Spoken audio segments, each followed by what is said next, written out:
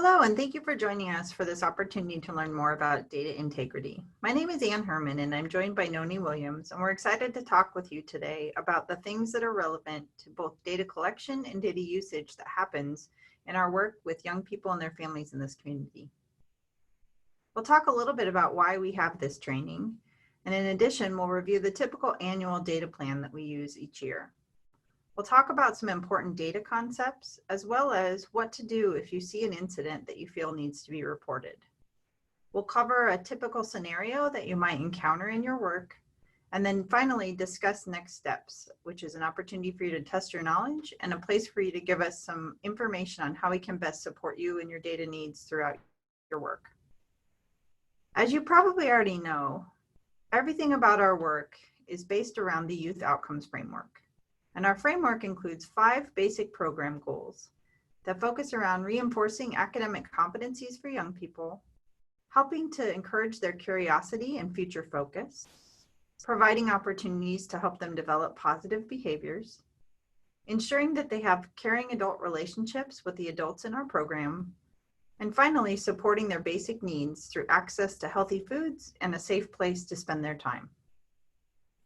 We collect data throughout our program that helps us understand how we're doing toward working toward these goals, what activities are working, and also how are we doing in terms of the desired outcomes that we want to see for the young people in our programs. Our typical annual data plan includes some data collection both in the fall and the spring. We focus in both semesters on something called the Youth Outcomes Survey, which is based on the framework we just reviewed. In addition, we have an opportunity for staff members like yourself to participate in staff surveys in both the fall and the spring. Our program quality assessments happen both in the fall and the spring. And in the spring, we also add on some data collection we do on behalf of the 21st Century Learning Centers grants, which are surveys that are sent out to students, staff, teachers, and parents. We're going to cover 3 important data concepts that are related to all of the work we do around data collection and data usage. And Noni will go into each of these in more depth, but they involve concepts of data security, confidentiality, and integrity. Data security can be described as protective measures that are applied to prevent unauthorized access to computers, databases, and websites. Data security also protects data from being corrupted. Here are some options for ensuring data security. 1. Establish strong passwords. This is one of the easiest ways to strengthen your security. This is relevant for your Citizen accounts, email accounts, cell phones, laptops, and so forth. Your passwords are not secure if you keep them on notes in places where other people can easily access them. 2. Run the updates on your computer. If you don't have time to run them during the week, just start the updates when you leave for the weekend. 3. Secure your devices. We talked about strong passwords. Make sure your electronic devices are physically secure. Don't leave laptops and cell phones in your car if you can help it. If you need to, at least ensure that your device is locked in a trunk or stored out of sight. 4. Back up your laptop regularly. This is an important conversation to have with your agency's IT department. If you aren't sure of where to save data on a server, a secure place managed by your IT department that is not just on your laptop or work computer, ask if there is a place where you can save your data or your files. If something happens to your laptop or your work computer in general, you don't want to lose all of your information. And 5, check with your IT department to see if they have tips and updates on policies. Do not ignore their emails about updates. It helps keep things moving smoothly, and it helps keep you and the network safe. And this image is just a depiction of one of the first things that I said about how your passwords are not secure if you keep them in places where others can easily find them. This is an example of what not to do. Data confidentiality. Data confidentiality is about protecting data against unintentional, unlawful, or unauthorized access, disclosure, or theft by defining proper roles and responsibilities.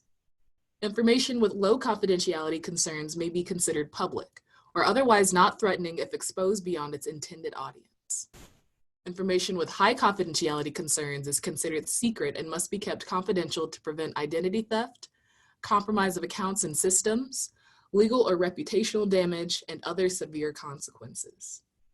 Examples of data with low confidentiality might be time and location of your after-school program, or a list of group activity names.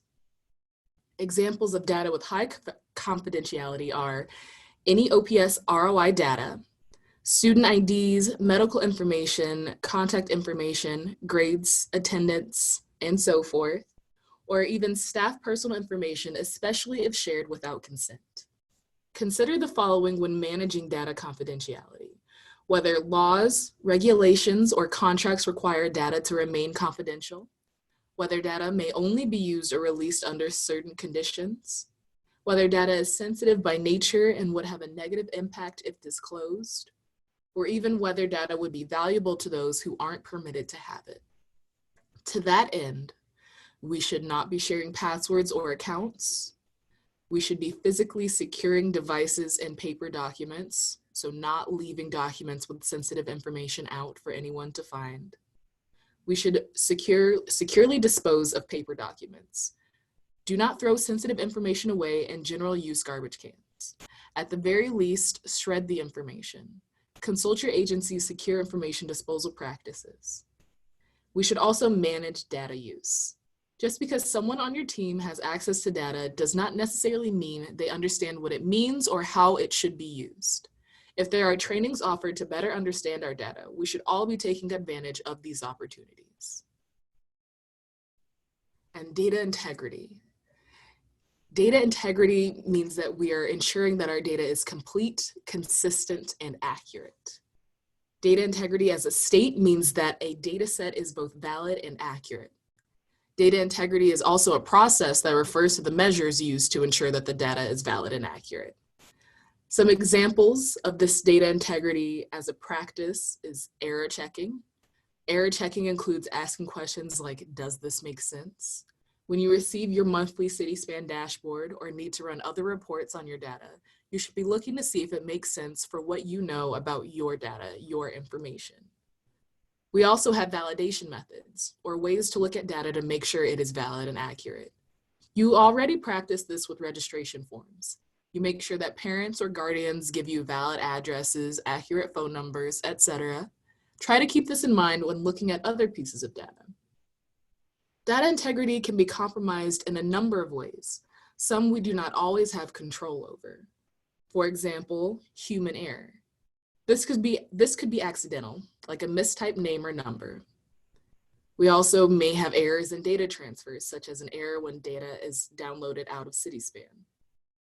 We can also encounter computer viruses. This is something we don't always have control over. Often we experience compromised hardware like a hard drive crash or the blue screen of death when your laptop refuses to work and you just see the blue screen in white letters. There may also be physical compromises such as physically breaking a laptop. Accidents happen. Data integrity can mean making sure that we use the same references or definitions for the same type of data. For example, when we refer to a student as active, it is important that the definition is consistent in every place that term is used. Through these checks in data integrity, we are working to ensure the data is complete, consistent, and accurate. We hope that this never happens, but there may be a time when you see something that is compromising the safety of you, a fellow member of your team, students, or data, and we need you to feel comfortable and confident in reporting this. Please know that we have an anonymous reporting process for you to report these types of incidents, and a how-to process check will be sent out following this webinar and your completion of the data practices follow-up survey. Here is an example scenario that you may encounter in your work. We're going to talk about the scenario and then answer some questions about what should you do. For example, in the spring, you know that your site received an updated roster for the 21st Century Learning Center's teacher surveys, but you notice that some of the teachers listed aren't at your school anymore, and that you know some of the newer teachers in your school haven't been included in the list. It's already survey time and it's been launched with the old information. So what should you do? Well, first of all, what's wrong with this situation? What's wrong with this situation is you have inaccurate data in your data list. You need to raise these concerns to a fellow staff member or preferably your site director as soon as possible. If you can't reach your site director, please reach out to your agency manager. Feel free to contact Noni and or myself or a member of the Collective for Youth team so we can intervene as soon as possible and work hard to get a new list of teachers submitted to the state. If you're worried about how would you discuss this with your colleagues or site director, simply saying, hey, I saw this list and I noticed that some of the teachers who are now at our school haven't been listed, and a few of the teachers listed aren't the ones who are here anymore. Simply raising that issue might just help somebody see that something was inaccurately submitted and help us quickly remediate and get the right information to the people involved. If you have questions about how to have that discussion, again, Noni and I are always here to help you have those discussions and help you make a plan for how to report something like this. Now it's time for you to share with us what you've learned from today's webinar. We've created a short survey where similar scenarios to the one we just reviewed are listed, where we'll ask you to read the scenario and then let us know what in fact was the issue, what should you do, and let us know what steps would you take if you ever encountered this issue. The link is provided here, and we'll be sure to send it out with the email that goes to all staff for you to be able to complete this data webinar, data practices survey. As we've said several times, Noni and I are here to support you in your work, especially relating to the data use and data collection practices that you have to engage in your work. You can reach either of us at the email provided on this slide, or reach out to us via phone as well. Thank you for taking the time to listen to our data integrity webinar today. We are so grateful for the work that you do with the kids and families in our community.